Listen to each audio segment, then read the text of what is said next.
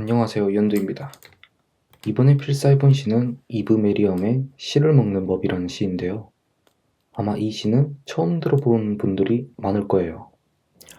그냥 바로 본론으로 들어가자면 오늘은 시를 어떻게 접근해야 할까? 시를 좋아는 하고 싶은데 그게 쉽지 않은 분들에게 나름의 방법? 사실 계속 들어보시면 아시겠지만 방법이랄 것도 없긴 해요. 결론부터 말씀드리자면 먹고 뱉더라도 일단 한번 씹어보시라. 이게 끝입니다. 근데 생각보다 어렵죠. 왜냐면 우리 대부분은 시를 대하는 것에 있어서 정말 불필요한 습관이 하나 있거든요. 어쩔 수가 없이 생긴 건데 이게 학창시절 때 국어를 공부했던 습관에서 비롯됩니다. 이 나쁜 습관이. 제 생각엔 그래요.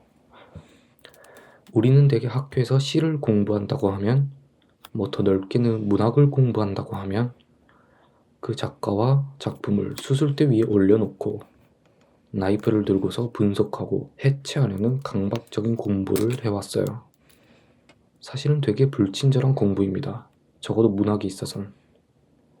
특히 작가나 시인의 의도를 직접 물어보는 문제들이 많았잖아요. 예를 들면 이 글을 통해 작가의 의도로 가장 알맞은 것을 고르시오. 같은 문제들. 근데 이런 질문들은요, 사실은 그 작가 혹은 시인에게 굉장히 무례한 질문일 수 있어요. 지금부터 시와 문학에 있어 왜 이런 강박에 가까운 분석적인 접근이 별로 도움이 안 되는지, 조금 과하게 말하면 폭력적인 방법에 가까운지 말씀드릴게요. 작가나 시인은 어쩔 수 없는 숙명이란 게 있어요. 하얀 종이 위에다 고백을 합니다. 여기서 고백도 여러 가지가 있는데 그 중에서는 자신의 어떤 치부를 드러내기도 하고 되게 나쁘끄러운 양심을 드러내기도 해요.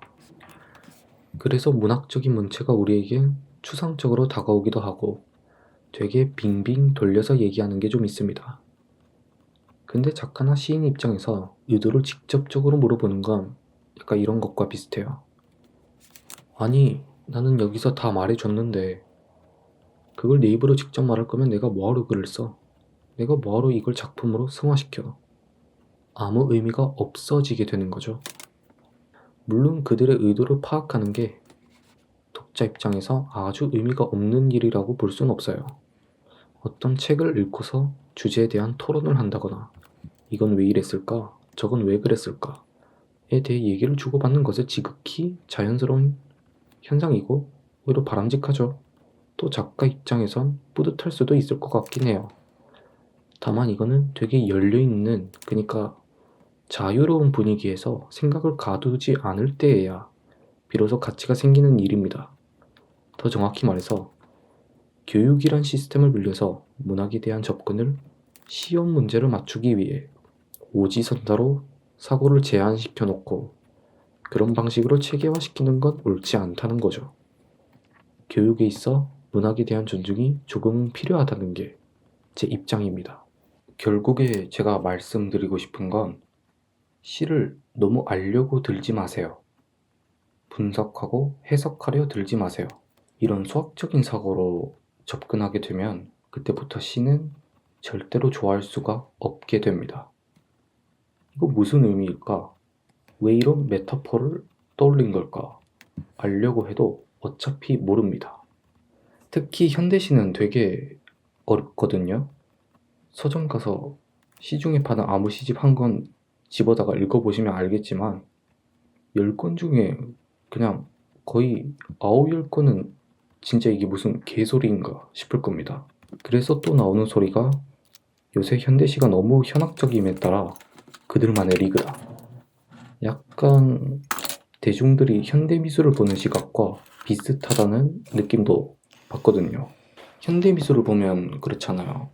저게 뭔가 싶고 뭔 의미가 있는 건가 싶고 그냥 막 갖다 붙이면 예술인가? 저그들끼리 모여 이러쿵저러쿵 그런 거 보면 현대미술은 정말 그들만의 리그이자 세상이라는 생각이 들기도 하잖아요. 실제로 그렇게 생각하시는 분들이 꽤 많기도 하고 시도 충분히 대중들의 시각에서 그렇게 비춰질 수 있어요.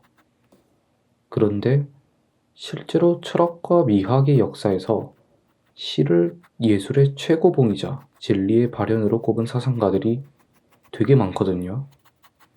은유와 상징이라는 비논리적인 언어를 통해 뇌 깊은 곳에서 처리되고 있던 원초적인 어떤 감각과 직관, 무의식, 그런 것들을 날 것 그대로 의식의 수면 위로 끌어올리는 행위이기 때문인데, 물론 모든 시가 그렇게 딥하지는 않아요.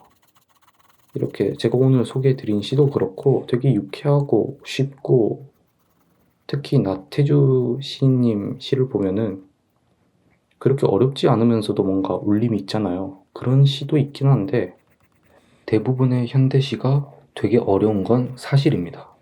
저 같은 경우는 군대에 있을 때 너무 심심해서 그게 이제 시집을 찾아서 뒤지게 된 계기가 됐는데, 그때 처음 산 게 박준신님의 당신과 함께 장마를 볼 수도 있겠습니다 라는 시집이 있어요.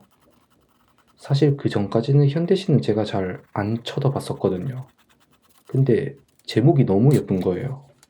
그래서 시집을 하나 이번에 사봐야겠다. 그 당시 군대에서 책 사라고 지원해준 지원금 같은 게 나왔었는데 그걸로 다른 책들과 함께 박준시님의 시집을 사게 된 거죠. 그리고 훗날 이제 딱 바꿔서 이야, 한번 읽어볼까? 하고 호기롭게 책을 펼쳤는데 와, 하나도 못 알아먹겠는 거예요. 이게 같은 언어를 쓰고 있는 게 맞나 싶을 정도였는데 그래도 계속 돌려봤어요. 이해가 하나도 안 돼도. 왜냐면 심심해서. 그렇게 막 심심할 때마다 펼쳐서 돌려보니까 신기한 게 어느 순간 포인트가 하나하나씩 보이는 거예요. 그 포인트가 절대 명확하게 오진 않아요. 은은하게 옵니다. 은근슬쩍. 결국엔 같은 한 사람이 쓴 시이기 때문에 반복돼서 보이는 그 시인의 이미지란 게 있거든요. 그래서 그냥 시를 좋아하고 싶으시다면 심심할 때 스마트폰 대신 시집에 수록된 시 한 편이라도 읽어보시는 걸 추천드립니다. 저도 이제 어딜 가든 가방 속에 시집 한 권씩은 꼭 챙기고 다니거든요. 심심할 때마다 보려고. 그 어떤 준비도 돼 있을 필요가 없어요. 그저 시집 한 권만 있으면 됩니다. 그런 의미에서 오늘 필사해본 시를 이번 영상에선 한번 낭독을 해보려고요. 시를 먹는 법. 이브 메리엄. 예의 차리지 마세요. 베어 무세요. 손가락으로 집어들고 턱으로 흘러내릴지도 모르는 과즙을 핥아 드세요. 당신만 준비되었다면 시는 언제든 알맞게 익어 준비되어 있답니다. 칼이나 포크나 숟가락도 접시나 냅킨이나 식탁보도 필요 없어요. 왜냐하면 내다 버려야 할 심이나 줄기나 두꺼운 껍질이나 씨앗이나 작은 씨나 겉껍질이 없으니까요.